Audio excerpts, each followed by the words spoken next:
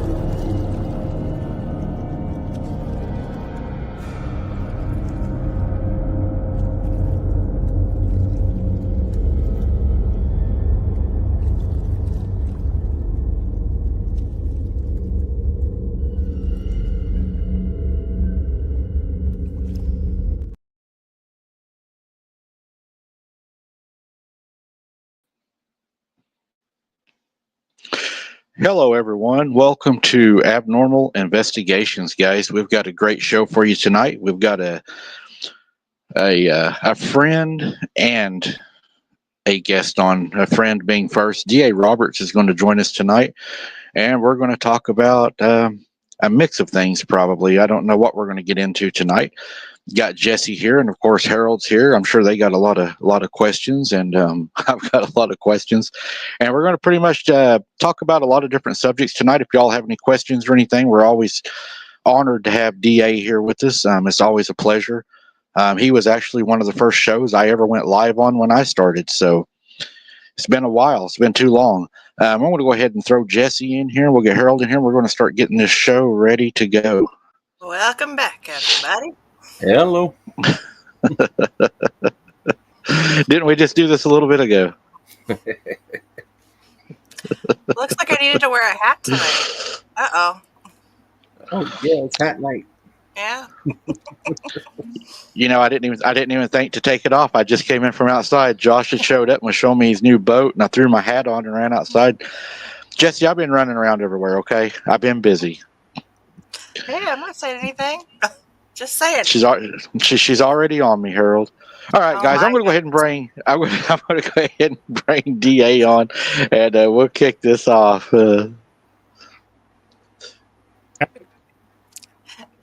Hey, DA, welcome. Oh, Thank you. How's it going? Good. We're doing, man. We're doing. How are you doing? Oh, about the same. You know, living the dream. Yeah. That's what I keep telling myself. Hey, nightmares are still dreams. Yeah, that's true. That is true. I've had a lot of those.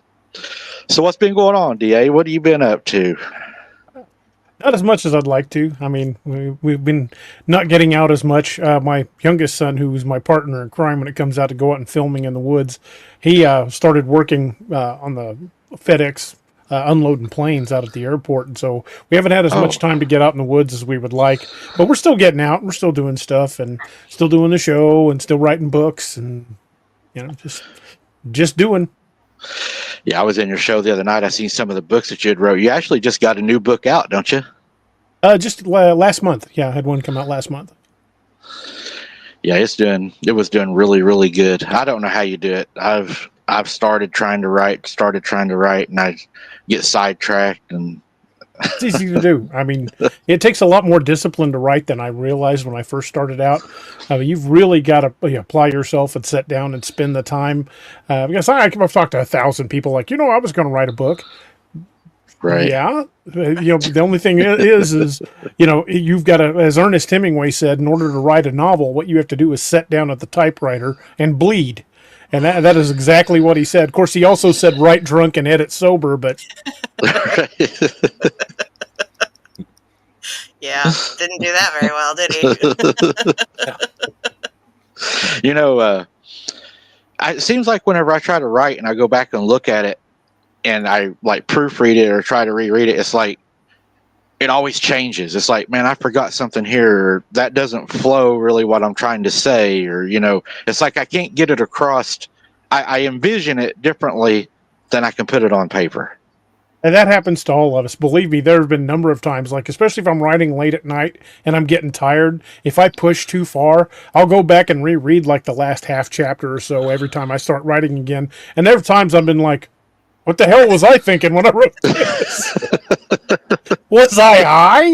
What was going on? And it's, I tried, I've got one I started about my granny's place and everything that happened. And whenever you go back, it also makes me realize how old I've gotten and how much things have changed, from the way it was then till now. And when I go look at it, the old house is gone. So it's hard to kind of explain the way the layout was then compared to how it is now. And it's just like, I've been digging through old photos. I thought maybe photos would help, maybe put some of those in a book, to help people try to understand what I'm talking about and where I'm talking about. I get lost in it. I do. Easy to do. So I looked at some of your outings that you and your son done.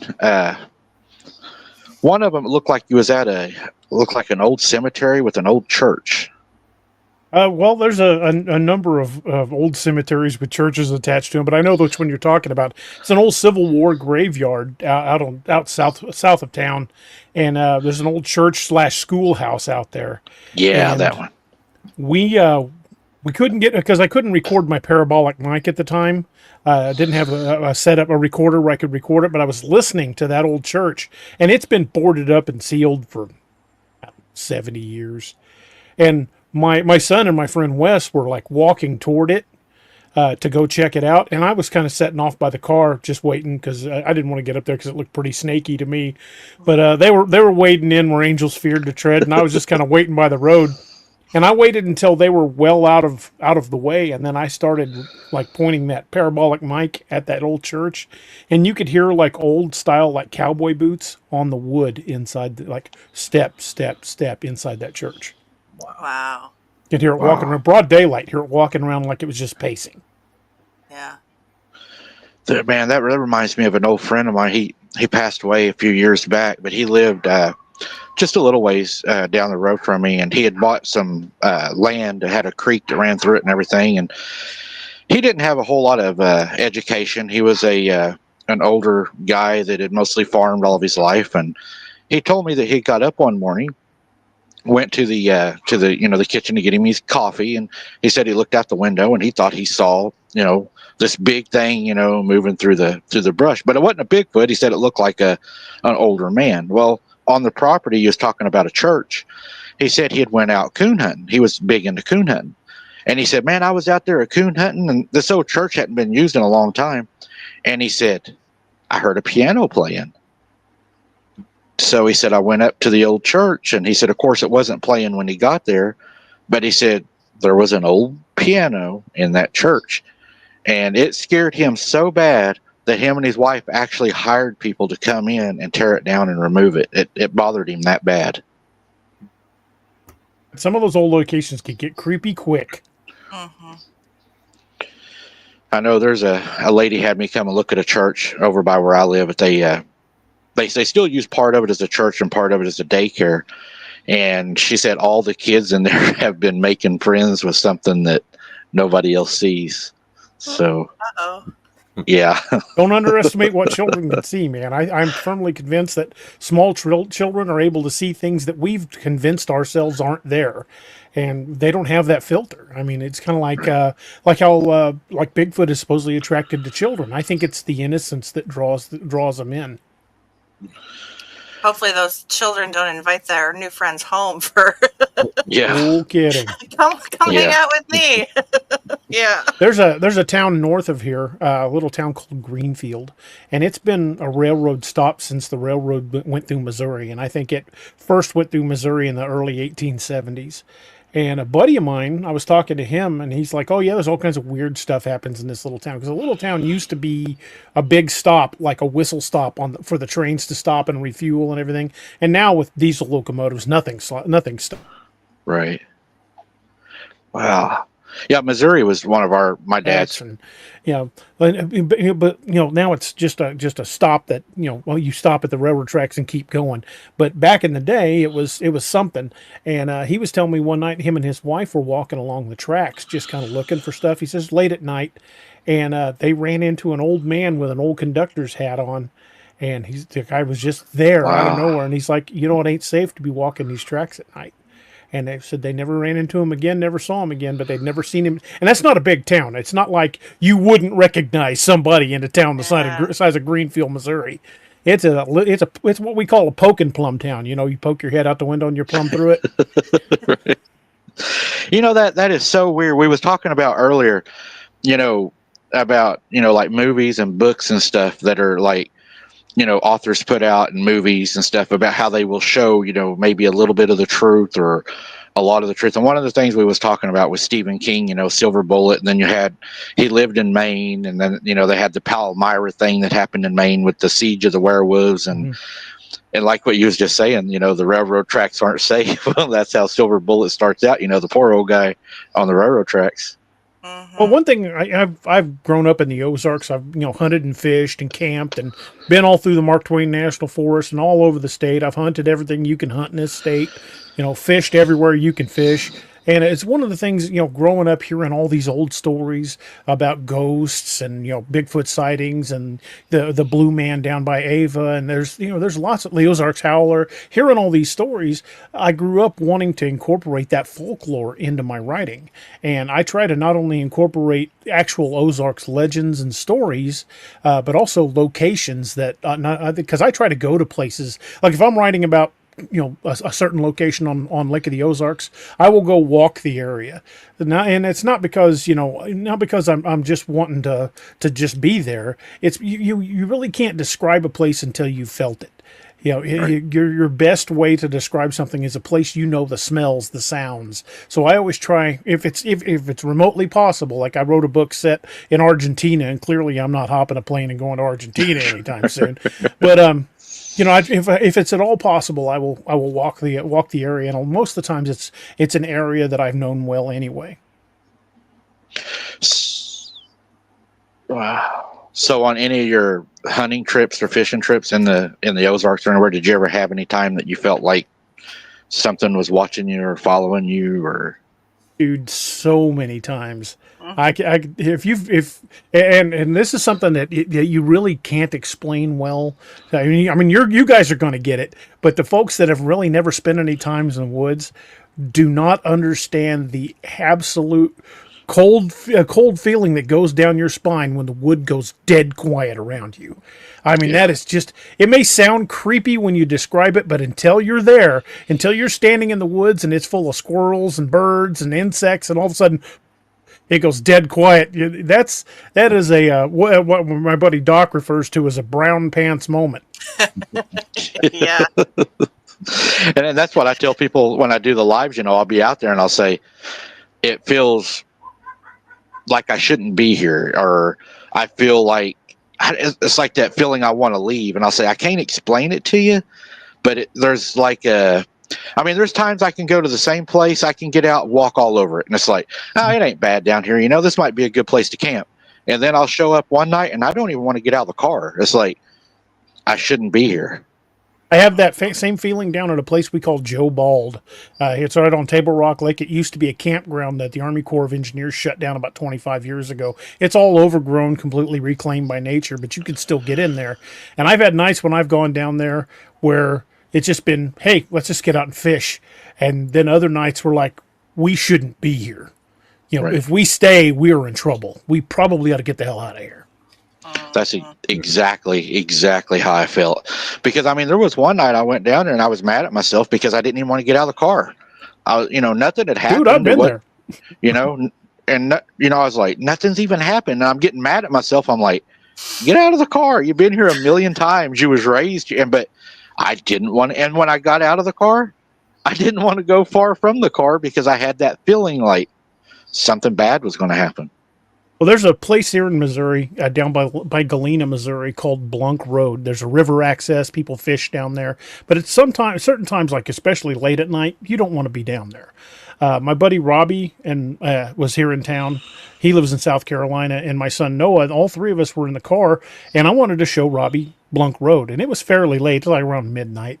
So we go driving down there, and we're just talking and having a good time. And as we turn off the highway onto Blunk Road and start off toward the river, everything just gets darker and darker. It's like you're driving through a tunnel because the trees are over the road. Right. And we stopped talking. We're not even really talking anymore. We're just kind of looking around. And I round a corner. We're almost to the river. And I slow down. I take my foot off the gas. I'm like, let the engine slow us down. I got my bright lights on. I'm like, what the hell is that? And everybody's looking. And because there's something in the road. And I wear bifocals, so my night vision's not the greatest. But I'm seeing something in the middle of the road. And Robbie leans forward and looks at it and goes, is that a deer head? And sure enough, it was a deer head that had been torn off and left in the middle of the road. It wasn't cut. Wow. It was torn. We're like, would you look at the time? I believe let's half past get the hell out of here. Yeah. Yes. And, and that's what I started telling a lot of people now is I'll tell them, hey, when I'm out there, I'll say, I'm not going to promise you I'm going to be out here for so long, because if it gets hairy, I'm going to leave. I mean, I'm not going to stay down here and be dumb. I mean, I went out one time, and it wasn't even a cryptid. It was really weird. I went down there, and I'm walking down the lake, and it was just a really nice evening. The wind was cool, sun's going down. It's just a nice evening with the breeze, and I'm walking down the side of the lake, and there's these guys down there, and they got their shirts off, and they got big old beards, and they've got these big old knives on the front of them. And I was a little weirded out, but I'm like, okay, we're in the woods. Maybe they're down here camping. But then they start following me. And I was like, I was supposed to do a nighttime investigation there, and I ended up calling it off. I just didn't feel safe. I felt like, it just wasn't a good, if there's people down there, they're following you. Mm-mm. That's something we always tell people on our show. If you're going to go out to someplace like that to do any kind of investigation, or even if you're just having a look around, you've got to take into account that there are things out there that have nothing to do with cryptids that can and will hurt you. And generally, the top of that list is what we refer to as the greater North American meth head. Yep, definitely. Yeah. And they're all over anymore. I mean, you go down there now, and the places that I used to go to that, were beautiful places, they're just getting trashed out. And if somebody sees you down there and they know what you're doing, they're probably going to try to mess with you. And when I go down there, I am armed, and I'm just like, if there's people here, it ain't worth the confrontation. I'll call it, I'll call it every time. Mm-hmm. Yeah, we had a few places like that where there'd be people down there doing God knows what. And the last time we went down there, I knew these guys were fixing to cause some trouble. And I got out of the car and went around to the hatchback and lifted the back of the car, and I could see them kind of making their way toward us. And I grabbed the single point strap and threw it over my over my neck, set back, pulled the charging handle on my AR, and they went like, "Yeah, we don't want to mess with this guy." Yeah, we don't go unarmed anymore. You just can't. Not no more. Not this time of day. People I don't check my mail without a firearm on anymore. I don't either. Mom laughed at me because I was walking to the mailbox the other day, and I heard she's sitting on the porch, and she started laughing because I got my shorts on and my shirt, and I've got my gun belt on. Well, the 2024 statistics from the FBI just came out, and they listed the top 20 most dangerous cities in America by crime per capita, and 3 of them were here in Missouri, and one of them's the town I live in. Oh, wow. St. Louis was number 2, Kansas City was number 8, and Springfield was number 14. Wow. For violent crime. I'm like, makes sense. I have never been to Springfield. The furthest I've been is Branson. My dad, before he passed away, his favorite place to go every year was to go to Branson, and then we would go to Cassville. He would always go to the trout hatchery. He used to love to go there. There's a big trout hatchery outside Branson, one at Bennett Springs, too. That's just if you've been to Branson, you've been within just a few miles of Joe Bald. Really? Mm-hmm. It's close. Yeah, we used to go there all the time. We'd go to Branson and, of course, Silver Dollar City and, go hit, I used to work there. I loved it. Really? Yeah, I worked overnight security. Oh, wow. Moonlighted when I was a deputy. I bet you there's some stuff that goes on inside of there, huh? Dude, there's some creepy stuff in that park. I bet there is. Especially when it's closed and there's nobody else in there but you and a couple other guys. Yeah. I worked at a mall, and when that mall closed, I used to tease everybody and say, just because the mall's closed and everybody's out of here, the mall never shuts down. There's always, it seemed like somebody talking, laughing, a cash register going off. There was always, the toilets would flush. It was weird. You've been to Silver Dollar City. Have you gone in Marvel Cave? Yes. You know what they told us about the cave when I first started there as security? And granted, I'm armed security. I was a deputy at the time. You know what they told us? After park hours, when everything's shut down, no matter what you hear from the cave, you are not to go in there. Oh, wow. They would not elaborate beyond that, but they said no matter what you hear, do not go into the cave. So what did you hear? Heard what sounded like someone screaming from the cave. I've heard like what I thought was voices, but you couldn't make it out. So mainly because there's a big gate that goes over the entrance to the cave after park closes. So mainly I would just go check the lock and get the hell out of there. I mean, I didn't stick around. Wow. If I remember right, it was a while since I've been in there. I was younger. I think we done it twice. We went through the cave twice, separate years. But isn't there a little cabin in there where the Shepherd of the Hills was written? No, that that's right? just up the road from Silver Dollar City. Okay. Yeah, that's just a few miles up the road. I know when we went in that cave, that was an eerie feeling when she turned out the lights. It's a creepy cave. That is darkness. It's never been fully explored. They've only gone so far into it because the air quality starts getting kind of bad. But they have never fully explored that cave. Hmm. Wow. Reminds me of that movie, The Descent. Good movie. Yeah. There's no telling what's in that cave or what that cave even connects to, what all's traveling that corridor. Well, you've heard of the Mammoth Cave systems in Kentucky and Tennessee. The Yes. most recent surveys from the U.S. Geological Survey suggest that Mammoth Cave actually connects to a deeper cave system that runs from Maine to southern New Mexico. Wow. And we've been saying for years we think cryptids use those deep caves as basically highways. Oh, yeah. Yeah. Yeah. They definitely do. Wow. I always wondered, down around here, everybody always got grannies and everywhere seeing everything. This is I don't know if we would call ours caves, but it's all been dug. It's all coal company. I mean, they leave big holes that go down into the ground. They call them caves. And we always wondered, I wonder if that stuff is all connected or if it, came out of there or. It wouldn't surprise me. It wouldn't surprise me to find that a lot of those caves are interconnected. Back in the 70s when I was a kid, Bennett Springs State Park is just outside of the town I grew up in. And they have a massive spring there at Bennett. And they released radioactive dye into it to track where the spring emerges, and they were having the U.S. Park Service look for this specific isotope when it would come up out of the water, and it came up like it was either 3 or 6 months later in Alaska. Wow! What? Holy cow!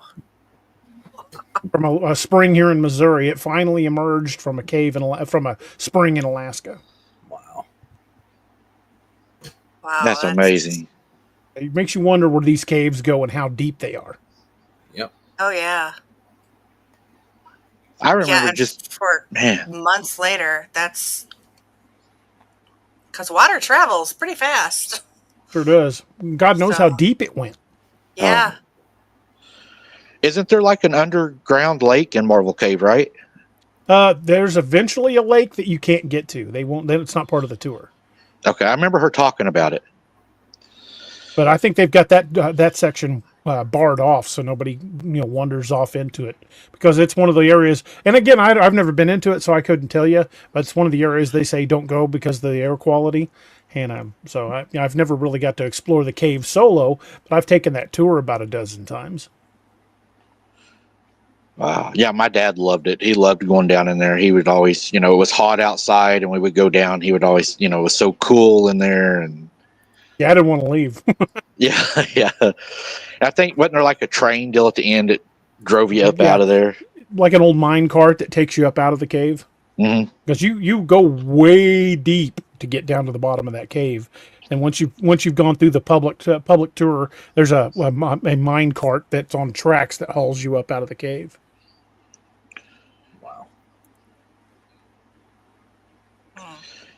So, did any of the rides ever come on or anything while you was in there by themselves, or?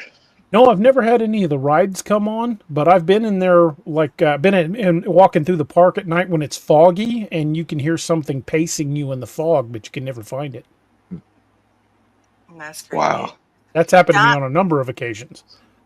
Don asks, what about the brown bat cave? What's that? Oh, there's a cave here in Missouri. It's called Smittle Cave. You can look it up. It's owned by the Missouri Department of Conservation. But if you read what the Missouri Department of Conservation says about it, basically they say that the Smittle family donated it out of the kindness of their heart because of endangered brown bats. That's not the truth. I knew the Smittles. I used to go caving all the time when I was in high school. I met them back in the mid-'80s, and they were locked in a very intense legal battle with the state of Missouri, trying to keep the state of Missouri from taking their land. Smittle Cave is the 5th largest cave in the state of Missouri. It's massive. You could drive a semi into the entrance of it, and they claim that there is, endangered brown bats that live in the cave, and that's why they don't want people in there. But if it was just bats that they were trying to protect, chain link fence across the front with barbed wire at the top would have sufficed to keep people out. You'd think, right? But there are steel bars at like this big, set in concrete, 30 feet up. That's a little excessive. Yeah, you don't need that to keep some looky-loos out from messing with the bats. No. It's what are they keeping in, right? Right. And that's the way that at the top, that's the way it's angled. It's angled more like it's trying to keep something in than out. Pretty weird. I can send you some pictures of it, Mike. That is freaky. And you can't get a vehicle down to it. It's not like you could go drive down there if there was just a chain link fence and wrap a chain around it and rip it out. You couldn't do that. I mean, there's just no way to get a vehicle down there. The ground is too terribly, it is rough terrain. You've got to backpack into it. So wow. What are they protecting? That's what I always thought about every and who are they protecting from who? Every cave that I've been to that had those bars, I'm like, they're keeping something in, not out. Makes you and they have no idea how deep more. Smittle goes. Yeah. Yeah, it just makes you want to, don't tell me to stay out, makes me want to go in. Now I want to see what's in there. I don't know if I would want to, because, man, whenever we was in that cave, I had never been in a cave. And I mean, whenever she turned that light out, that was darkness. Dark. Yeah. Oh, yeah, you can't see your hand in front of your face. No, that was eerie. It was scary dark. Yeah. Wow. And one wrong step and you could fall, for a long time. It probably wouldn't find you. Yeah.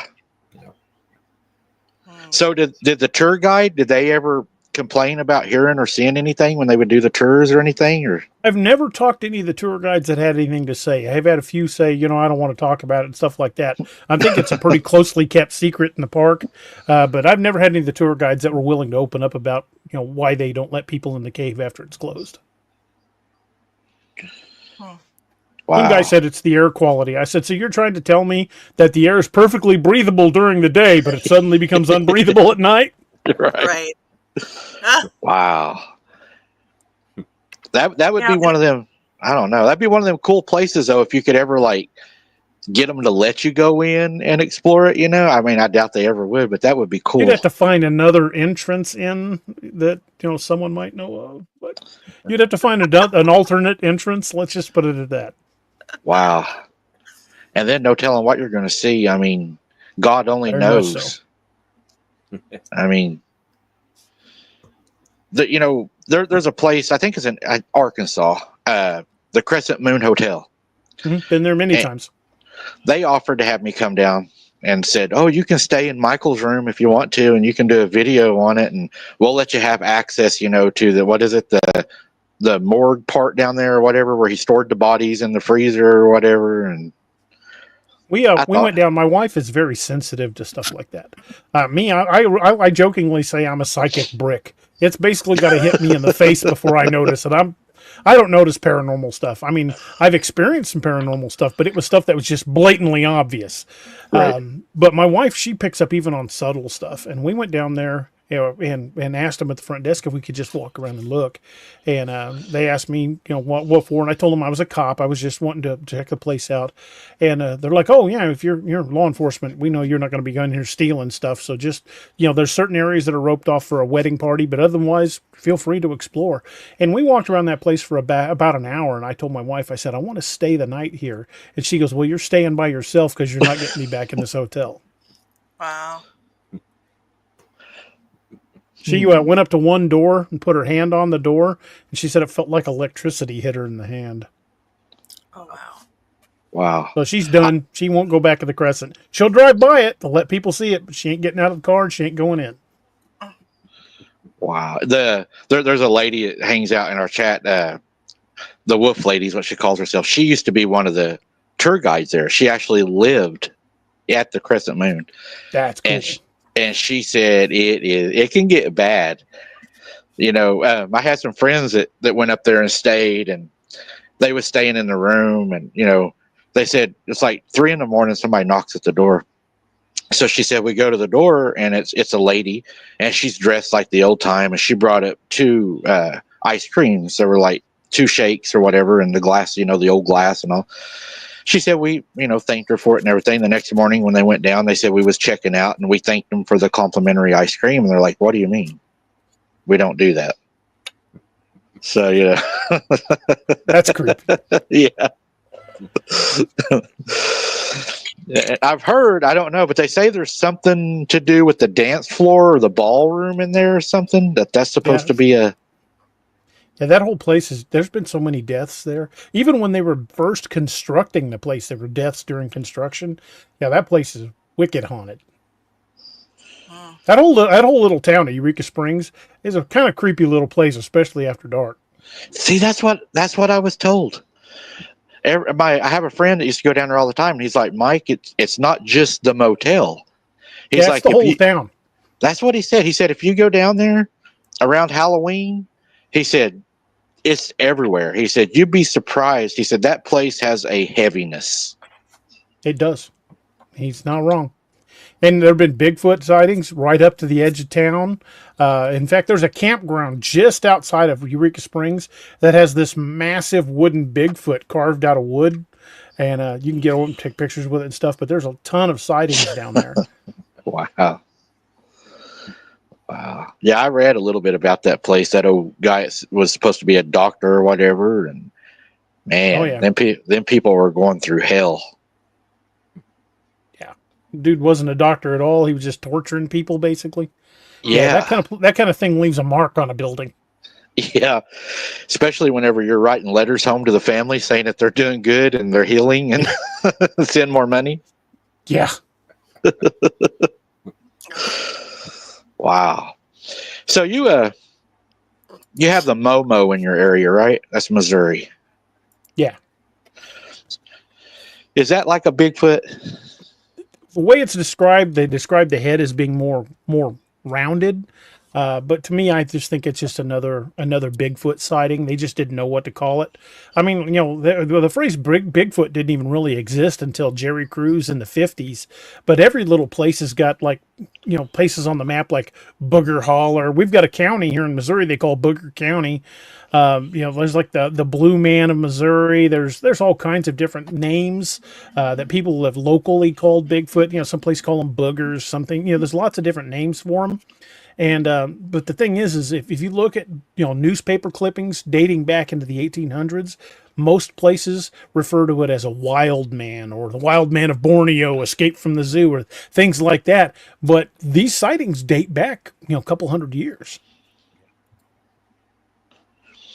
So what is your what is your favorite encounter that you've had, that you've experienced, that you think will probably always? Ooh, I've had some doozies. Last year in July, one thing we'd learned doing research around this area is that the Army Corps of Engineers has shut down a number of campgrounds without explanation. I mean, shut them down. And we're talking, you know, some of the lakes here in Missouri are tourist destinations, and camping spots are at a premium. I mean, sometimes you're waiting weeks to get a camping spot at some of these resorts.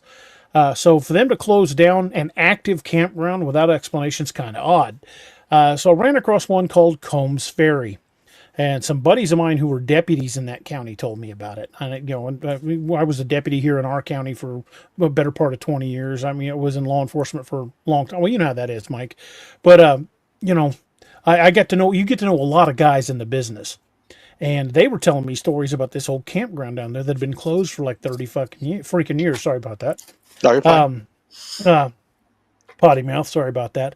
But I started looking at trying to get in there, and they said, well, good luck. I said, what do you mean? He said, they bulldozed it off. I'm like, what do you mean they bulldozed it off? All these other campgrounds that I found, you can still drive into them. He goes, not this one, you're not. He said, not unless you've got a big four-wheel drive, because they went in there and they sealed it. So there was really no way to get in there via land unless you're backpacking in. And so I started looking at alternate methods. So I got with some folks, and we planned an outing, and we got a boat. And we decided that we were going to slip in there at night when we had less of a chance of getting caught by Missouri Department of Conservation or Water Patrol. So we got a group of us together, most of us ex-military, ex-law enforcement, all of us armed, and we took a boat into Combs Ferry. And the lake was really up. It'd been raining a lot. Oh, wow. So we put into Combs Ferry, and this was in July of last year when we did this. It was me, my son Noah, my buddy Robbie, two of my old lieutenants from the sheriff's department. Both of those guys went. Wyatt Estes went. My buddy Steve went. He's a registered nurse. He was our team medic. And then Richard Brushia was on the boat. He stayed on the boat. We all had comms. We had first aid kits. We were all armed. We were only carrying pistols though, because we didn't know what to expect.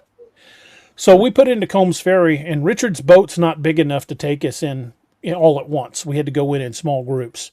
So the first group to go in is me, Robbie, and my son Noah. And he pulls right up to the shore. And, like I said, the water's way up. So we pull like right up into the bushes and have to move the bushes back. We go ashore. Richard backs out, heads to go get another group. As soon as that boat pulled away, we started hearing movement all around us. We're getting rocks thrown at us. Noah gets on the parabolic, and he's like, Dad, I'm hearing something that sounds like gibberish. I'm like, what do you mean? He goes, it sounds like a language, but it's not. It's not words.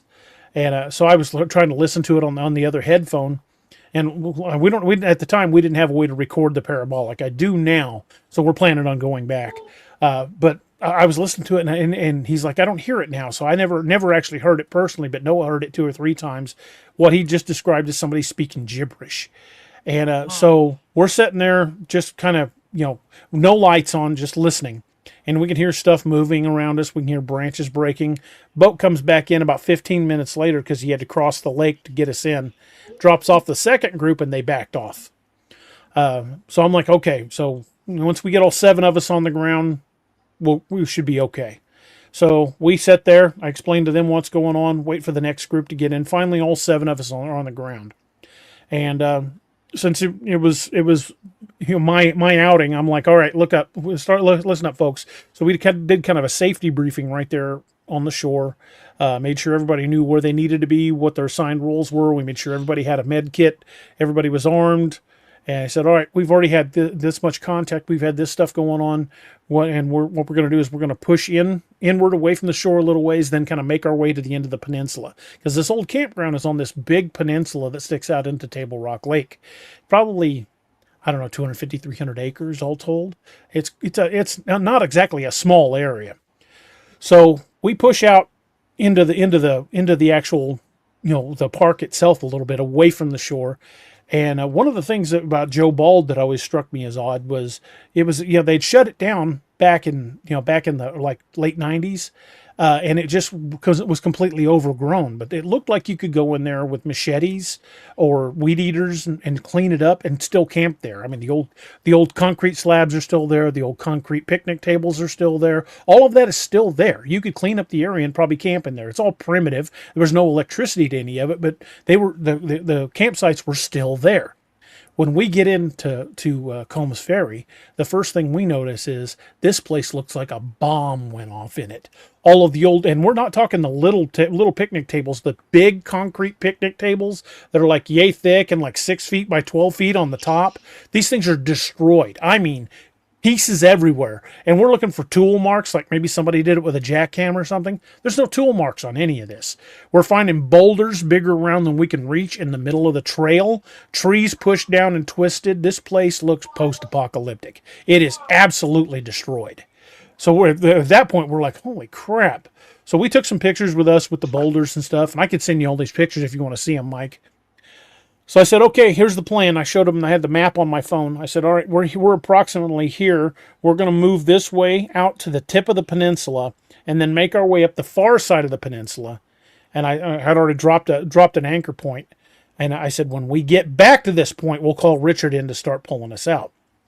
And everybody's like, okay. I said, I'll take point. Robbie, I want you on the rear. And him and Wyatt was in the back. We put Steve in the middle because he's the medic, and had everybody kind of fan out between us. And it was me. My son Noah was 2 behind me, and Lieutenant Estrella was next to me. And then Lieutenant Jenkins was back by Robbie. So the 7 of us are moving farther down. And I don't know if you know much about tracking, but Robbie's a man tracker. That's what he does for his police department. When they get somebody that's a fugitive, he's the guy they call to track him, especially if he goes out in the woods. And he's very good at it. So we found an area that had been muddy earlier in the day and it was starting to dry, and we call that a track trap. So I stopped at that point and called Robbie up. I'm like, I got a track trap up here once you work your magic. And there's some of the places that were still standing water. So we stayed back, let Robbie make the first assessment of the track trap, and we found 4 partials in the soft soil that were at least 16 to 18 inches long. But we couldn't cast any of them because there was still standing water. So, it was a waste of time to try to track them, but you could definitely tell we've got something here. So I said, all right, let's keep an eye on this. And, we took a lot of photos of that. I said, all right, let's move on. So once we cleared that, we come up to an area where we found the entire top of one of those picnic tables, which was probably in the ballpark of 2,000 pounds of concrete and rebar. I mean, that's a massive chunk of concrete, like 6 feet wide by 12 feet long by about 8 inches thick, has been torn off an old picnic table and dropped in the middle of the trail in front of us. So I got pictures of Robbie standing on it. It's intact, like it was not snapped off. You can see where this thing has been physically removed from what's left of that picnic table and dropped in the middle of the trail, which is about 30 yards away from where they, where the campsite actually was. So that right there tells you something did that required an incredible amount of strength. And because of the damage in there, there's no way you could have got heavy equipment back there. I mean, that place is just absolutely destroyed. So we took some pictures of that. And at that point I said, all right, everybody, let's start heading. Let's continue on down. We're going to keep following the shoreline and head up toward the back end of the park. Well, Steve stopped me at that point. He says, I did something to my leg. I don't know what I did. And come to find out, when he jumped out of the boat, when we first got there, he actually broke one of the bones in his lower leg and didn't know it. He'd fractured one of the lower bones. Oh my And God. he'd been walking on it for a good hour at this point. He's like, this thing's really starting to hurt. I said, all right, well, what we're going to do is put Steve square in the middle, and we're going to fan out and completely around him, because if there's a predator in the area, it's going to go after the one that's hurt. That's just if you're dealing with, and we're talking about large predators anyway. So right about then, we're not only is Noah still hearing that occasional gibberish, on the parabolic mic, we're seeing large dark silhouettes moving between trees, and they're all around us at this point. And I'm like, all right, well, everybody stay together. Keep your weapons holstered unless we have to. Last thing we want is to provoke an attack. So I turned my headlamp off, because I had one of those strap headlamps on to keep my hands free. So I turned that off and kind of moved about 20 yards ahead of everybody else, just kind of let my night vision adjust and listen. And they were kind of moving up slowly behind me. And we've gone 30, 40 yards up this trail at this point, when Robbie goes, hey, DA, you need to get back here. So I'm like, okay, what's up? He goes, just come and take a look. So turn my headlamp back on and make my way to the back of the group to see what Robbie's found. And since I didn't have my headlamp on, and I was just more listening than I was really paying attention to my surroundings, I had walked right past it. But Robbie and Wyatt found it, and at about 7 feet off the ground, just above head level, tied in the branches of the tree. And I'm not talking a big tree. We're talking a tree about yay big with branches about that big. So the tree itself is not big enough for like a mountain lion or a bobcat to climb. And there was tiny branches sticking out everywhere. What we find right at head level is the front leg of a deer that has been ripped off. Hasn't been cut. It is torn off. You can see where the ligaments have been twisted and snapped, the bones jagged. It's still fresh. There's still blood on the ground right where it was at, and it had been woven into the tree branches of that tree, so we could so we'd be right where we would see it.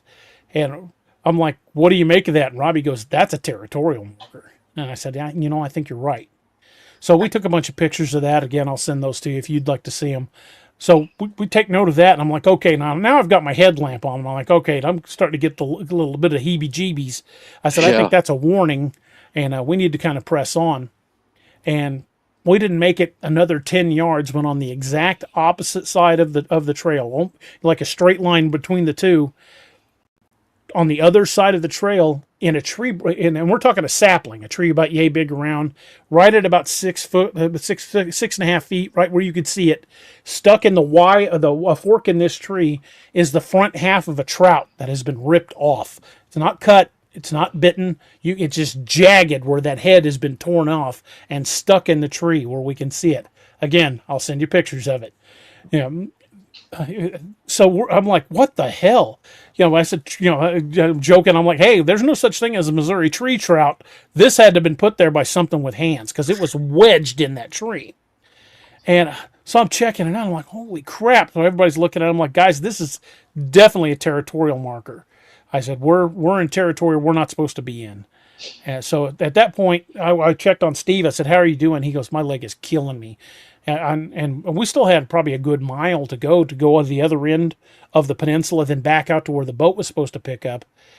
So I called Estrella over, and we pull up the map on the phone. We're looking at it, and he's looking at the map. He's like, I said, I don't think Steve's going to make it all the way back to the other side. He's like, well, what do you want to do? I said, find me an extraction point. And he was not only he was my lieutenant at county, but he's been deployed to Afghanistan like 3 times. Great dude, just an awesome guy. Not the kind of guy that gets spooked easy. He's all right. I'll see what I can find. So he starts examining the map, and he finds the remains of an old boat ramp near the end of the peninsula, about 200, maybe 300 yards from where we were at. Maybe not quite that far, but in that ballpark.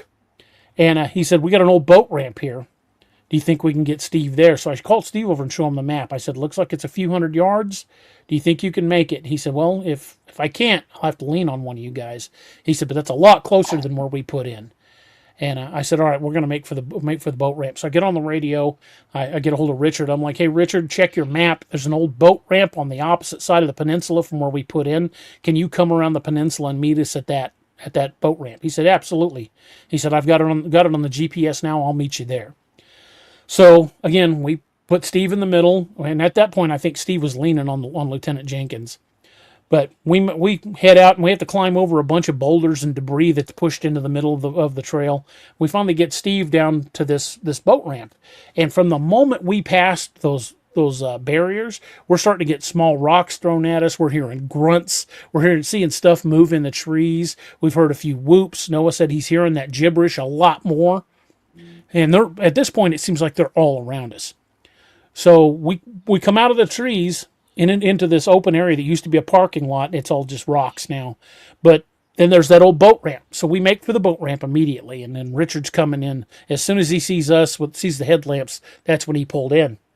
He's like, guys, I don't want to alarm you, but I've been seeing movement on either side of this boat ramp. We might want to hurry it up. And again, this is a bass boat, so he's only going to be able to take 2 of us at a time. Wow. So we put Steve, since he's hurt, and Lieutenant Jenkins, we put them on the first boat, and they head out. And we are now farther away from where we put in. So it means what was going to take about 15 minutes to ferry across the lake and back is now probably going to take closer to 25. Mm-hmm. So Richard leaves with the first group. And the 5 of us are standing there. It's me, my son Noah, my buddy Robbie, Lieutenant Estrella, and my buddy Wyatt. The 5 of us are there, and we're all armed. And what we immediately hear is they're getting closer. We're getting rocks thrown at us. At this point, anybody that was on the fence, whether or not they believe these things exist, that fence is gone. They are firmly off the fence at that point. Because my old lieutenants, both of them, they wanted to go, but they weren't sure what they thought, and now they both just can't wait to go again. But anyway, they're both, everybody's like, "What the hell? These things are coming." So we back up and just sit there and watch. We got our headlamps on. We're shining flashlights around, listening on the parabolic. Got rocks hitting the ground around us. We can hear some of them hitting the water. And here comes the boat. And when the boat starts in, they back off. And Richard comes in and two more. So I put Astray and Wyatt on, and they head out. And that boat has no sooner hit the channel when they came in like almost on top of us. And it was so freaking terrifying that at that point, like I said, Robbie's still a cop, been a cop for like 26, 27 years at this point. I was a cop for a better part of 20, plus security before that, and ex-Army. Even Noah, I've taught Noah how to handle himself in the woods since he was a kid, but he was never a cop or in the military. But he's a smart kid.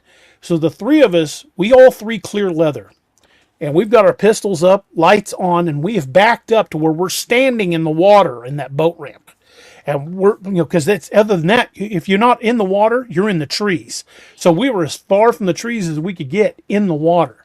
And we're standing there with our weapons out, jumping, because we know these things are almost within arm's reach of us because the woods are so thick around us. And I'm like, boys, I said, this crazy harebrained story expedition was my idea. I said, when they come back in, they can only take two of us. Noah, I want you and Robbie on that boat. I was the first set of boots on the ground. I'm going to be the last set out. And Robbie's like, your wife will kill me if I let you stay by yourself. I said, well, she'll kill me worse. She'll kill you worse if we let her baby get eaten. So Richard starts coming back in, and as soon as he starts coming back in, they backed off again. And so Richard pulls up to the shore, and Robbie goes, "Can you get all three of us in this trip?" He said, "Yeah." He says, "We're gonna have to go slower. It'll swamp the boat, but I think I can get you all three in." And it really wasn't seats for all three of us, so I know I had to set up on kind of the front of the boat. So we all three climb on. Richard puts the boat in gear and starts backing her out slow from the shore. We get to the channel, which the channel out off that peninsula is like 280 feet deep. It's very close to the dam. It is deep. So we back out into the channel, and there's kind of a light, patchy fog on the lake. And Richard has one of those like 1.5 million candle power spotlights hooked up to the battery in his bass boat. He lights that thing up and shines it on the spot we just pulled out of. And there's at least a dozen set of green eye shine about 8 feet off the ground, right where we'd been standing. I took pictures of it, but you can only see part of the eye shine through the fog. Well, at that point, we were not only were we emotionally spent, but when we see all that eye shine, we're like, holy sweet Jesus, how did we get out of there? It's almost like they allow it, and it's.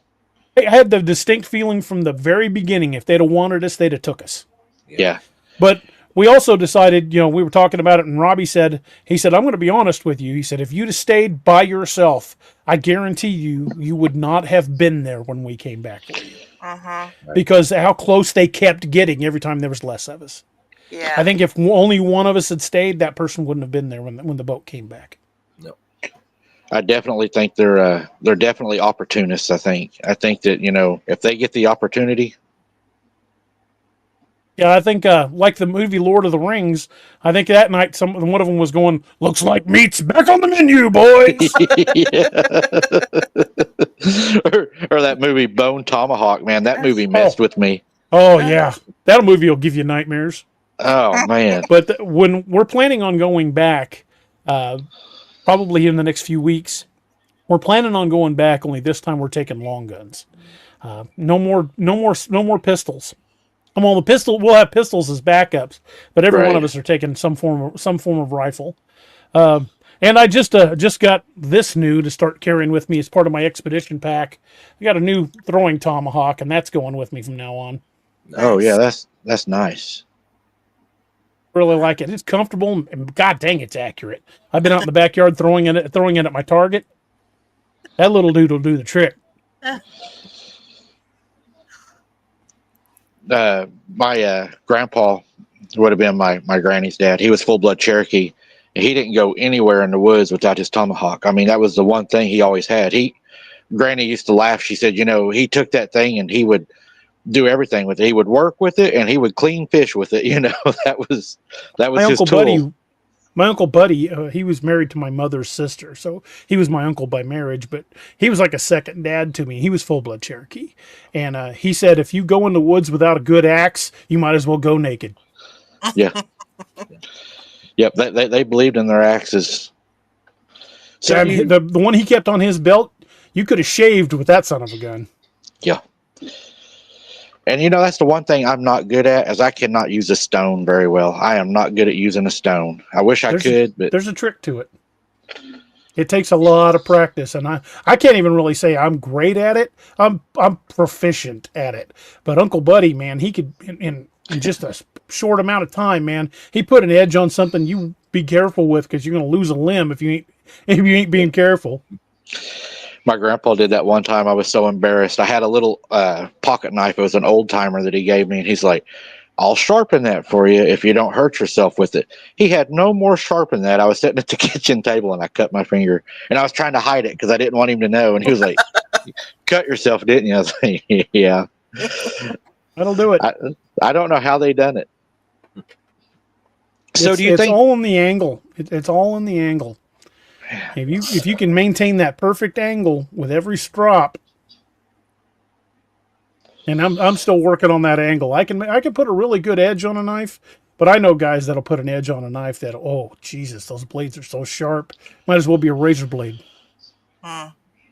So what did Robbie think about the feet print you found? Were they more like humanish? Was they more animal, or They were human like. You could see the balls of the feet. You could see the heel. You could see the definition, but it wasn't. There was still so much water. There was no chance of casting any of it. But he's like, this looks almost like a human footprint, but the guy'd have to have Shaquille O'Neal feet to make this. He says it's just massive. Wow. Yeah, I would say that there's something up in there that they can't control, is why they closed that. Over in Joe Bald, there have been a number of Dogman sightings on that side of the lake. And Robbie, Noah, and I were over in Joe Bald, and Robbie found a 7-inch canine track. Wow. Yeah, we got pictures of that too. That thing, it was the size of a small plate. I mean, it was one of the biggest canine tracks I've ever seen. And it was not a mountain lion. It wasn't a coyote track. This was a canine track, but it was bigger than my closed fist. I mean, it was massive. And I used to own Mastiffs, and my Mastiffs tracks were never anywhere even close to that. And where you're at, too, in Missouri, I mean, my gosh, it's just mountains, hills, caves. I mean, it's almost everything. I mean, anything that you would need is right there. Yeah. We have so many man-made lakes. We've got so many rivers. I mean, there's tons of water, plenty of animals. I mean, the deer hunting here is awesome. And there's so much opportunity and land for a creature like that to exist. I mean, the Mark Twain National Forest and the Osage National Forest. Not Osage, Ozarks National Forest. Between the two of those alone, here in Missouri and Arkansas, those two national forests actually butt up almost dead against each other. Between those two national forests alone is over 5 million acres of undeveloped land, and that's not counting state parks, national parks, or wildlife preservation areas. That's just those two national forests. I remember even as a kid, going over to Missouri, we went and watched the Shepherd of the Hills play. And I remember just sitting up there looking out just from the bleachers whenever they lit the hills up. It was just so majestic, so it reminded me of the old days, it was so untouched. Anything could be out there. The Ozarks has a call all its own. And there's just something about the hills and valleys of the Ozarks. It's just in my blood. I was born here, and I can't imagine wanting to live anywhere else. But there's just something about these mountains. The Ozark Mountains are actually one of the oldest mountains on the planet. They're way older than the Rockies. They're older than the Appalachians, but they've just been beaten down over time. At one point, they were bigger than the Rockies, but these hills and valleys and creeks are old, and the stories they hide, they would frighten, would chill your soul if you knew all of them. And I would love to know more than I know. It's, have y'all ever, any of your team or you ever had any like of the hitchhiker effect? I know the effect you're talking about. I had that happen to me. I went to LBL back in 2022. I spent a week in LBL, and when I got back from LBL, I have a big backyard. But there's a house right behind mine. You just can't see it because the fence is overgrown with honeysuckle and vines. So it's real hard to see the house, but there is a house back there. I have a really big backyard, and for about a month after we got back from LBL, every time I would take the dog out in the yard at night, I just felt like I was being watched from my fence row.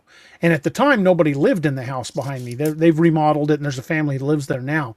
But at the time, when we just got back from LBL, I kind of felt like at night, like something was watching me from that brush.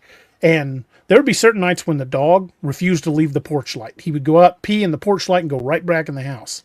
And it wasn't every night, but just about any given night, if I went out there late, then he would pee and go right back in the house. He didn't want to be out there in the yard, which I thought was weird because he's usually out sniffing and running in the yard. That's pretty much what he does every time you take him outside. He's out in everything. But I kept feeling like I was being watched, and it was about 2 weeks after I first started noticing that I got a phone call from a buddy of mine. His name's Wes. He's Navajo. I met him. We were both deputies at the time. His family moved here from New Mexico. He grew up on the Navajo res. But he called me out of the blue. He's like, "Hey, I just wanted to tell you." He said, "I had a dream about you." I'm like, "What do you mean?" He goes, something's following you. And I asked him about it, and he said, "Yeah." He goes, "You've got a dark entity attached to you." And so he helped me perform a blessing way, and it went away.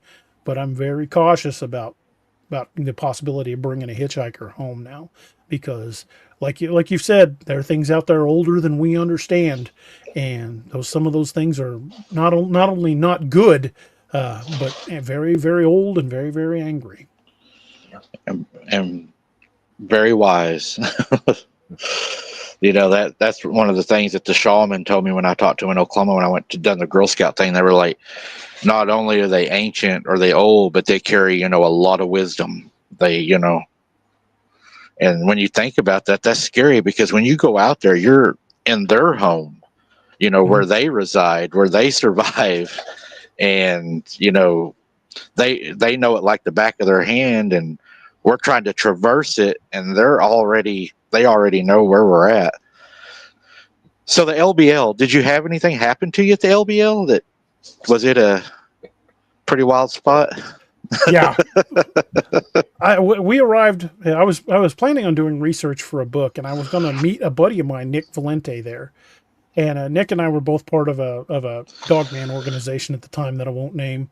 And we've both since gone our separate ways from that organization. But at the time, we were going to meet up there and explore northern LBL together.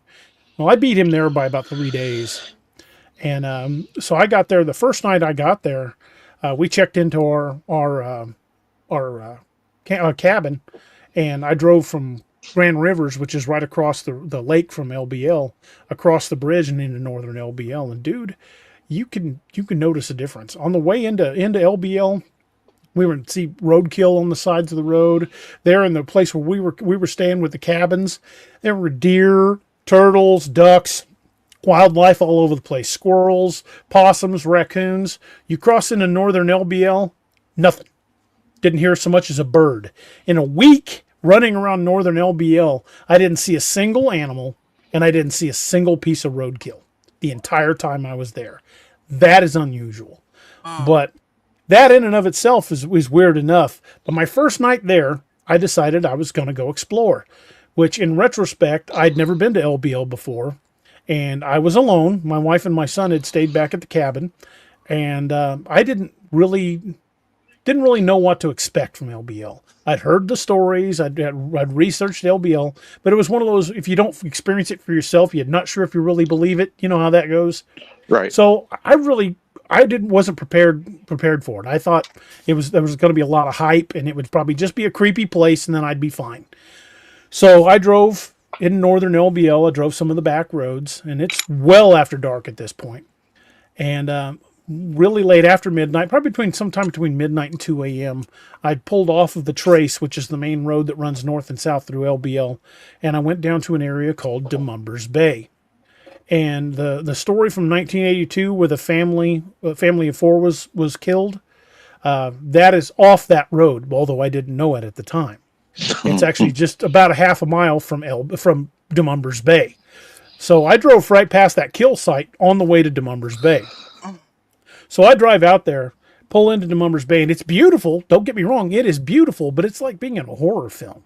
There was nobody camping there. It's all primitive campsites anyway, so there's no electricity, no lights. It's just pitch black, this big bay, and a camping area with nobody in it. And there's an old boat ramp. So I pulled onto the edge of the boat ramp with my nose pointing out at the lake with the brights on, and left the van run so I could keep the lights on. I climb out of the van and I walk down to the edge of the water, and I'm looking for tracks, because one of the best places to find tracks is at the edge of water, because you got muddy and damp soil. And I couldn't really find anything, so I made the mistake of deciding to follow the store a little bit. And it was one of those where I had my flashlight out and I was looking, and I wasn't armed at the time because I was under the impression you couldn't carry a firearm in LBL. I know better now, but at the time I didn't have anything bigger than a pocket knife on me and a flashlight. So I'm looking at the soft ground along the shore, and I went down to the end of the boat ramp and kind of took a left and was kind of following the shore, but I didn't really realize how far I'd gotten from the van. I was probably 40, 50 yards down the shore from the van at this point.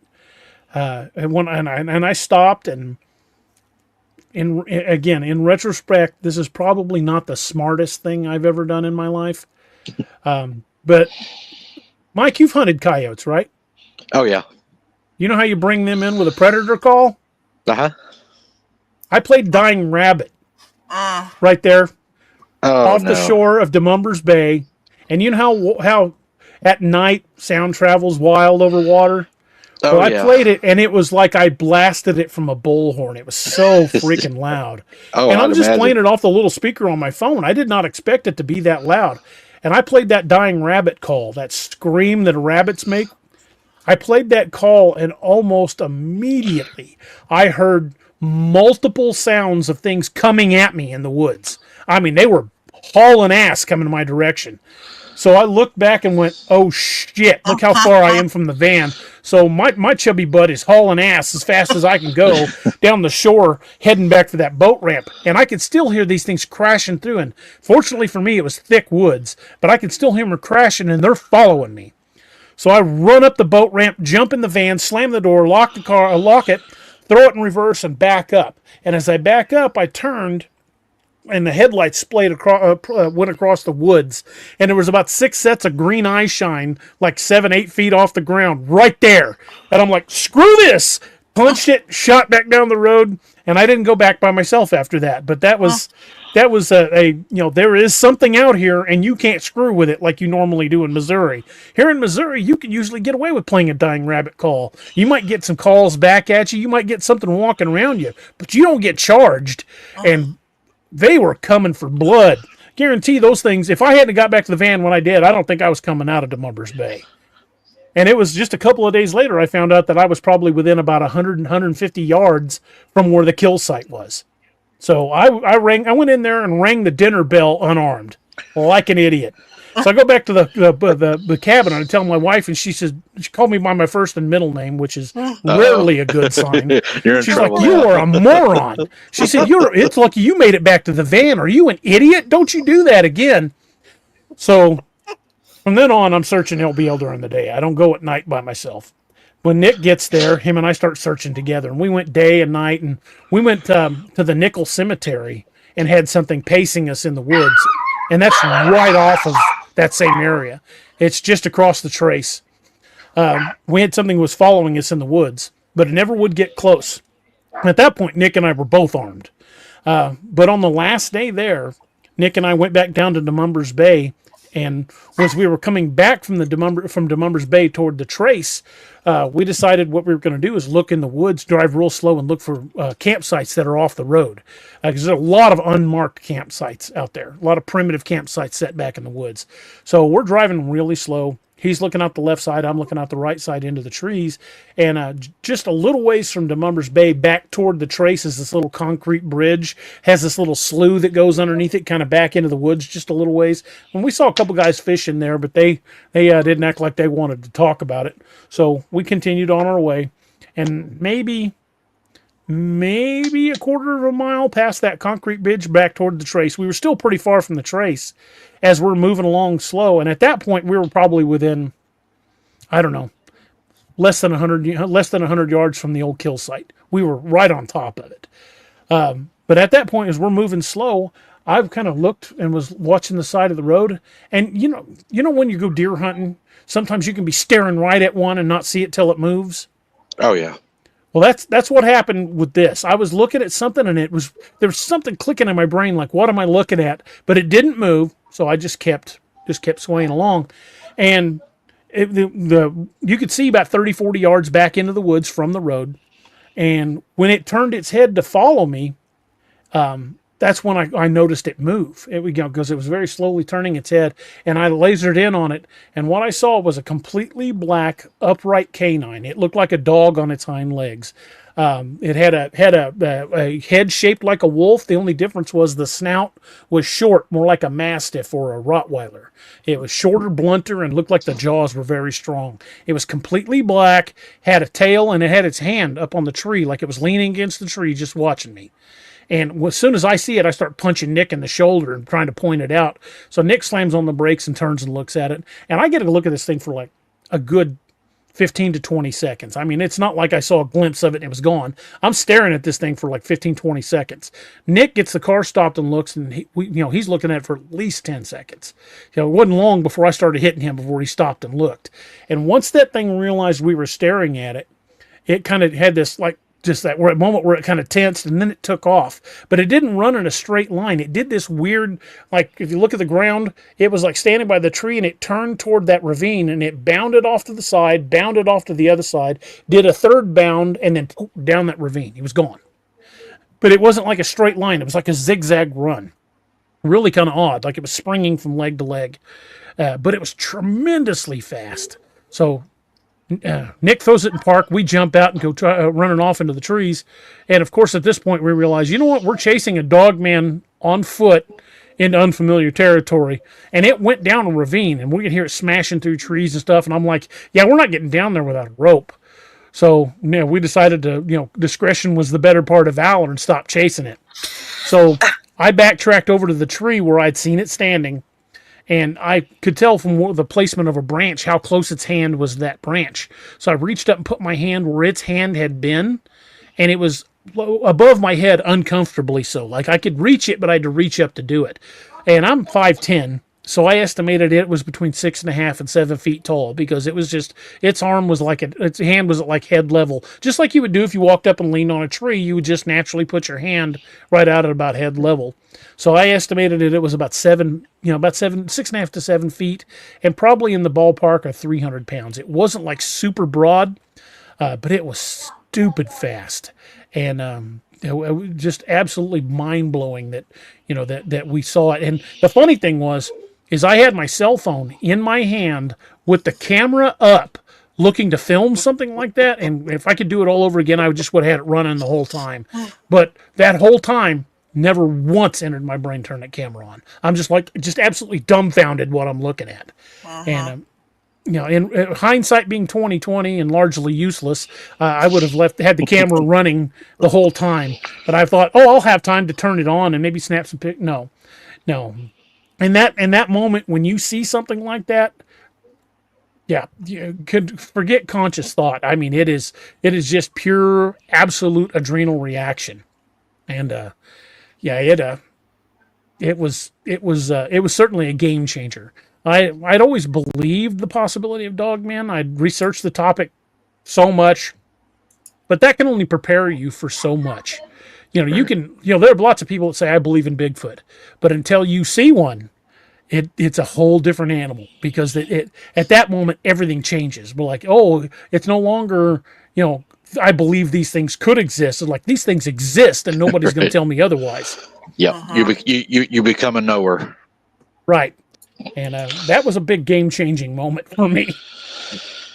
I've noticed, I don't know if there's anything to it, but a lot of the places where these creatures are at, that it's like here, the Corps of Engineers, they own pretty much everything, and they flooded it. It's like a lot of these places where these things are at is places that have been flooded. We've noticed that here too. We get a lot of sightings and a lot of activity near these man-made lakes, and specifically, we're finding a lot of activity on peninsulas. Huh. And I think that's because it is very easy to force deer to run from you out onto a peninsula, and at that point, there's only so much places they can go without going in the water. And in the water, they're easy pickings. Uh-huh. I think the reason we're finding so much activity on these peninsulas here on the lakes in Missouri is for that exact reason. I think it makes hunting so much easier for them to just run the game out onto this peninsula than trap it. Yeah, it's like I was telling people on our show last night, these creatures have the ability to take these animals, and in groups they will gather and they'll force them into an area, knowing that they can have easy access so they can get the way our ancestors hunted. Yep, exactly. Yeah, don't never go down a bottleneck to a dead end. Yeah. That usually doesn't end well. But another thing I've learned is if you do go into an area like that with only one way out, never, ever, under any circumstances, park your vehicle with the nose pointed away from the entrance. Yeah, I've made that mistake before. Always park where all you got to do is jump in and go. It got so bad at the department I worked at for a DA that a lot of the officers were making that mistake. They would pull the vehicles in, and instead of having an escape route, they was pulling in, blocking themselves in. So it actually became one of our policies that they were not allowed to park the vehicle to where they had to back to be able to leave. That became one of that was like they would fire you on the spot if they pulled up and you had blocked your vehicle in. Yeah, so now anytime I go into an area, whether it's an area I know well or not, I pull in, make a circle, then back in, and I'm ready to go. Yes. So what do you think the connection between the water and these cryptids are? Why do you think they're always around the water? And you're Native American, Mike. I mean, it's the water is the byway. Water is not only our transportation, but it's our lifeblood.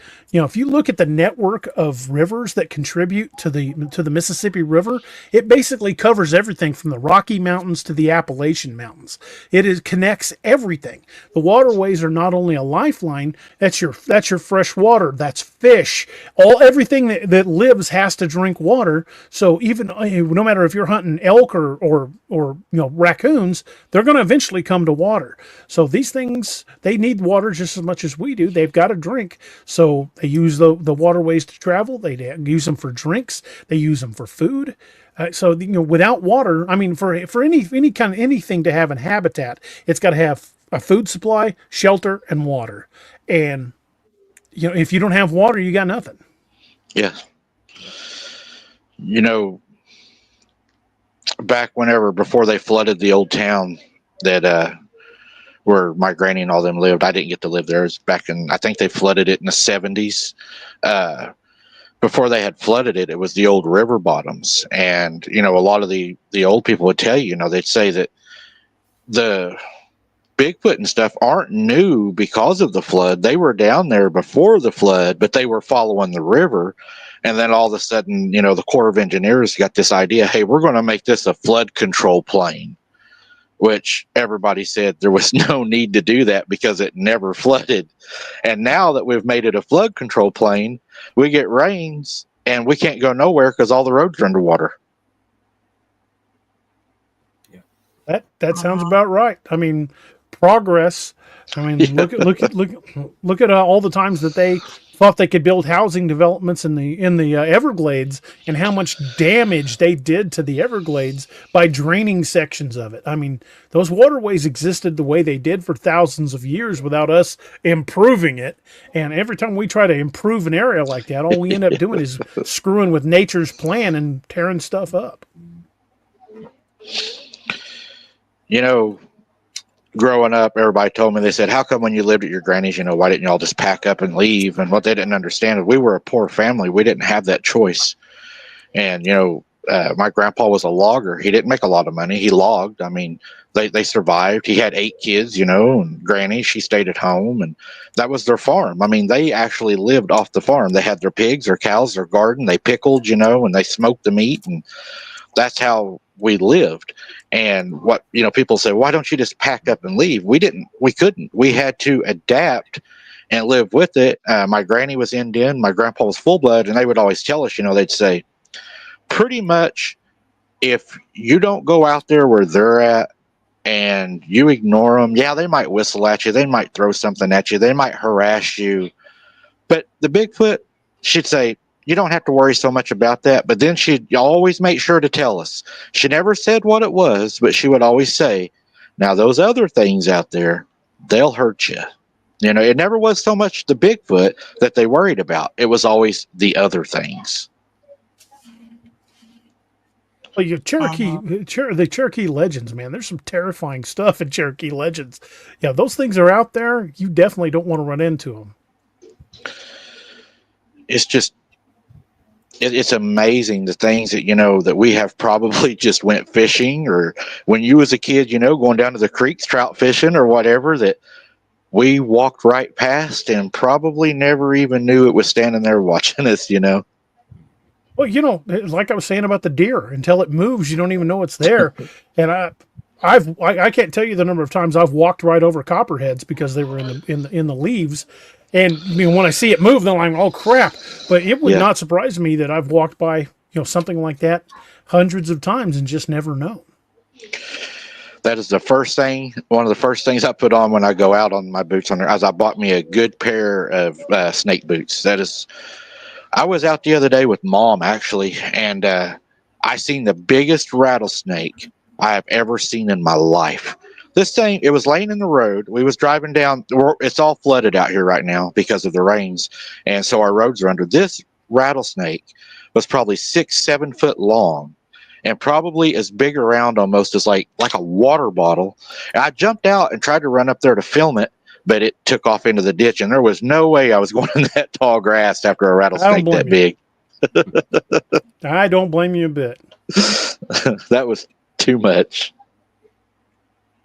I refer to snakes as nope ropes. I'm of the opinion there's only 2 kinds of snakes in this world: kind of snake that'll kill you, and the kind of snake that'll make you kill yourself trying to get away from it. Me too. I don't like snakes. No, thank you.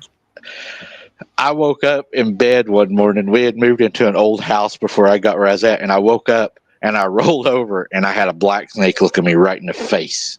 I mean, that thing was up on my pillows. I don't think I touched the bed, man. I hit the floor.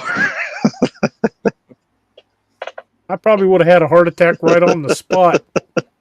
I hate them things. If I'm out camping and I encounter a snake, you can rest assured one of 2 things is going to happen. Either that snake is going to make its exit most post haste, or I'm going to throw a snake carcass in the water. That's me. I will smoke that snake in a hurry because I don't want it around me. I don't either. I can't stand them. I just don't have no use for a snake. They tell you, oh, well, you can tell by the shape of its head or its eyes, you know, whether or not it's venomous or not. I'm like, dude, I ain't getting that close. Yeah, I don't plan on. That's what my cousin would always tell me. That's a good snake. That's a king snake, or that's a black snake. Or I don't want any snake around me. Now, I you want to never convince have. me it's a good snake? Get the hell away from me. That's that. If it gets close, it gets dead. If it's so good, you take it. That's right. That one's all you, buddy. Every time I've been close enough to a snake, I don't care what shape the head is. It's already there, and I got to go that way. I hate them things. DA, brother, I have kept you here an hour and a half, man, and I know you got things to do, but I do want you to plug your books and everything and how to find them, your channel. It's always an honor to have you on, man. It really Hey, is. brother, It truly appreciate is. Thank you for having me on. I really enjoyed it, and be happy to do it again. You can find all of my books at daroberts.net, and you can also find them on Amazon. I'm a 4-time Amazon bestseller. I write primarily cryptid fiction, but I do write horror, sci-fi, and fantasy.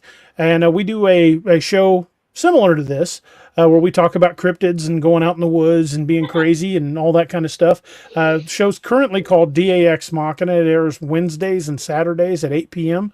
We're in the process of rebranding, where the name is gonna officially change to the Nightmare Hunters. And that should be happening very soon.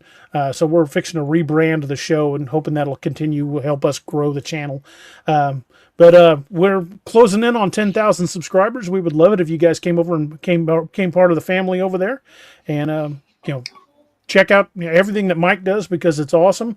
And Mike and I are in firm agreement on the fact that you can talk the talk about cryptids all you want, but until you put boots on the ground, you're not really investigating.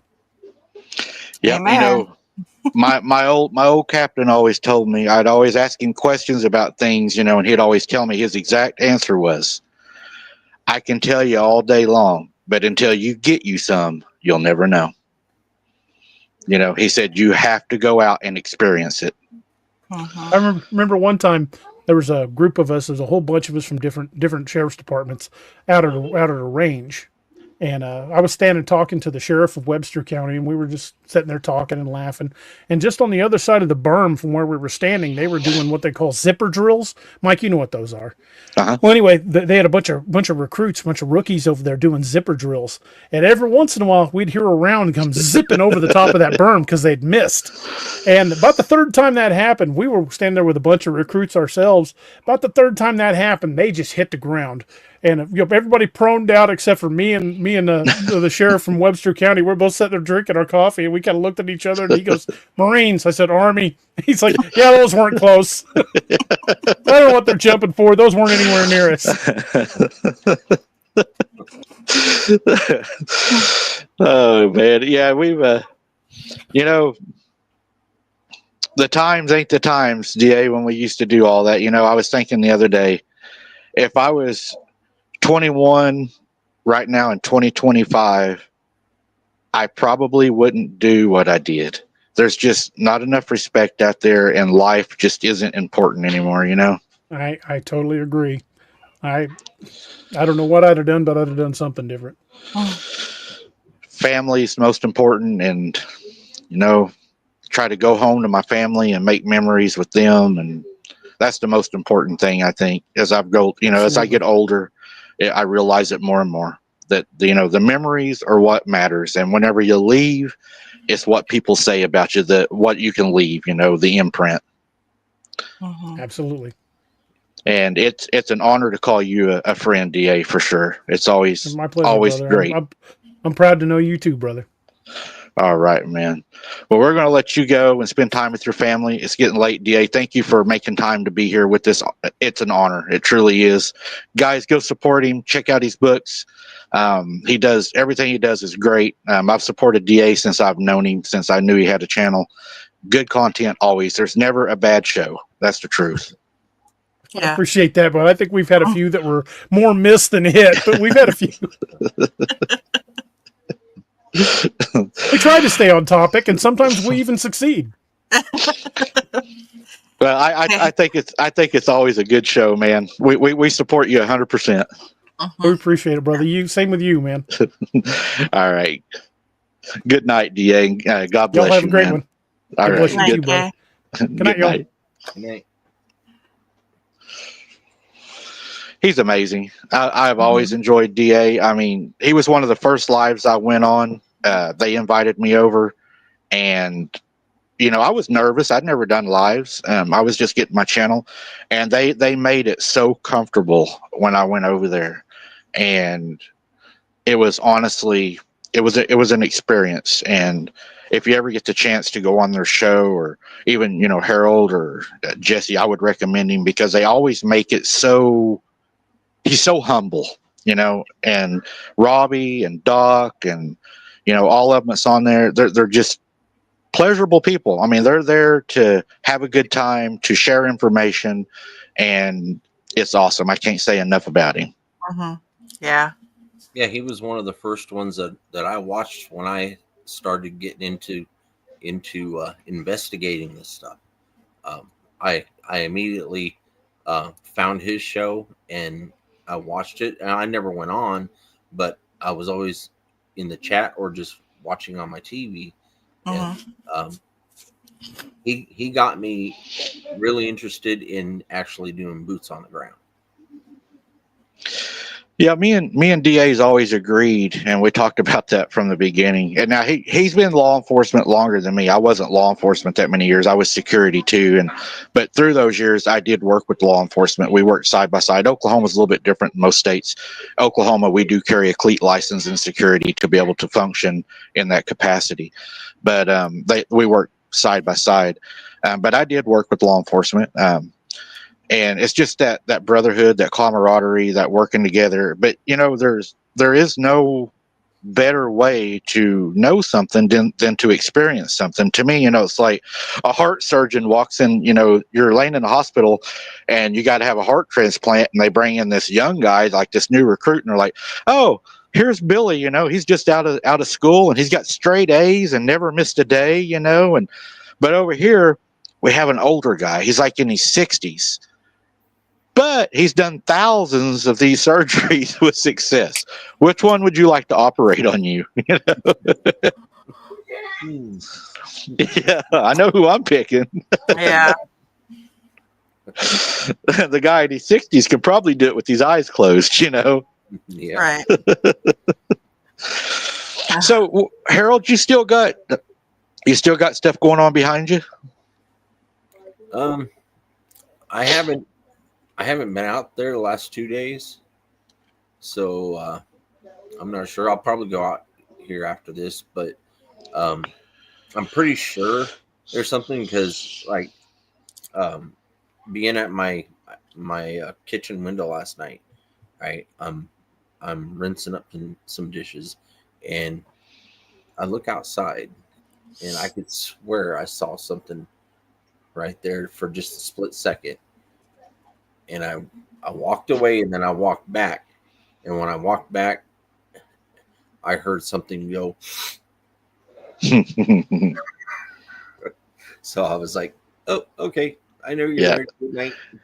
It's sniffing you. Hey, I found out that night I was boots on the ground. I think these things like butter rum lifesavers. I'm pretty sure. I mean, they sure sniffed it's what everybody told me. Mhm. So, Mhm. well, are you all ready to call it another one? And wait, Harold's on tomorrow night, guys, and he's going to give us his. He's got something special going on, don't you, Harold? Yeah. Tomorrow night, 8 p.m. Central. Bigfoot and stuff on YouTube. Me and Christy have got video to show everybody. We're going to show it probably about halfway through the show, so somewhere around 9:00. We caught something out back behind the house that I'm going to say it morphed into view. I don't really want to give it away, but on your last show, I showed a little. Well, the last show I was on, showed a little snippet. It was towards the end that I showed you, where it had already started to come into view. Now it doesn't it doesn't move at all except for turning its head. It turns its head, and that's all I'm going to give away on that. But y'all need to check it out tomorrow night, 8 p.m. Central, Bigfoot and Stuff on YouTube. We're on every Wednesday night. Sad to say, it's on the same time as D.A. Roberts. But y'all tune in about 9 o'clock if you want to watch D.A. Roberts, and then hop over there. Come check out the video. That's what I usually do. I usually jump back and forth, or I'll have my laptop on watching you, and I'll have DA here. we got two good shows on the same night. Yeah. But yeah, I'll definitely be over there, Harold. You know, I'll be there. I support you 100%, and I'll be there for sure. And everybody go check Harold out tomorrow night and check out what he's got going on, what he's found. It almost sounds like you got something that materialized, if I was to guess. And now, I know I'm going to get a lot of people are going to say, I don't see anything there. They're going to say, oh, that's pareidolia, but just watch. You can expect that every time, Harold, every time. I have learned that just like the last thing at my car, that's been everything from Sarah to a kid to a hunter to somebody that was probably down there fishing. I mean, it might have been grandma out for a 2:00 stroll down a flooded road, you know. But I mean, you're going to have the naysayers, and it just comes down to jealousy. They're jealous, and they don't want you to be out there doing what they can't do. So don't worry about it, man. We support you. People's got eyes to see, ears to, hear. They're going to know the truth. Don't worry about it at all, man. Yeah. I'm not worried about it. It's just I'm expecting it. So always, what is it they say? Expect the unexpected. Or what is it they say? Hope for the best and or expect the worst or something. Hope for the best, or I can't remember what it was. Dad used to say it all the time. Yeah. Yeah. Hope for the best and expect the worst. That's what it was. Yep. Better to have it and not need it than to need it and not have it. Yeah, like I always tell everybody, it's better to prepare for the worst. That way you're ready when it happens. That's right. Harold, I'm going to let you go to bed, man, and I ain't going to be far behind you. I am wore out today. 2 lives in a row. That's tough. Yeah. Yeah. All right. Well, I will see you tomorrow night, Harold, 8 o'clock. 8 p.m. Central. Yep. All right, man. I'm going to let you run. Thank you for being here tonight. I appreciate it, man. All right. Thank y'all for having me on. Anytime. It's a pleasure. Good night, Jess. Yeah. Good night. Good night. Oh, Jess, I'm tired. That was tough, but it was great. I love doing it. 2 great guests. I'm tired too, and I still have a lot of work to do tonight. Well, you better get on it. Yep, I need to get my nap in. Thank you, Attraction Power. I appreciate that. Jess, start walking us out. Thank you, everybody, for being here. I know we didn't do prayers in the beginning, but as everybody could see, please keep Nanny Pam in your prayers tonight as she's going through these storms. Keep everybody in the path of these storms in your prayers. They really, they look pretty bad. So, but thank you, everybody, for being here tonight. Can't do this without you. We appreciate each and every single one of you for being here, your support. This is, thank you guys. I'm tired. I am really tired. We'll see how long I can get through tonight. So God bless everybody. Have a great night, and we will see you next time. All right, everybody. Thank you for showing up tonight. As always, we appreciate y'all being here. It's always a great time. We appreciate the support. Hunter, I love you more than anything in the world, little man.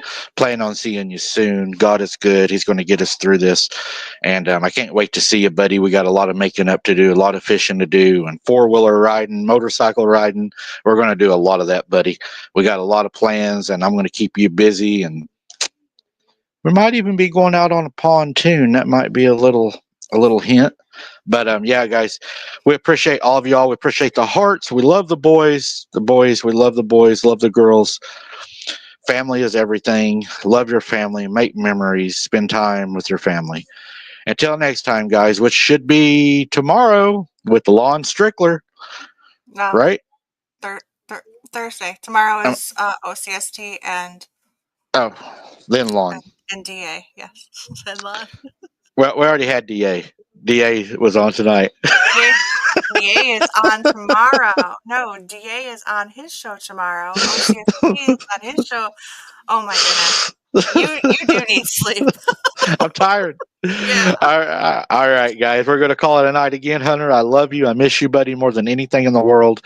Fight for you every day, man. I will never stop. Until next time, guys, God bless. Keep your head on a swivel. Don't be something's dinner. And we'll see you on the next one. Good night. Good night.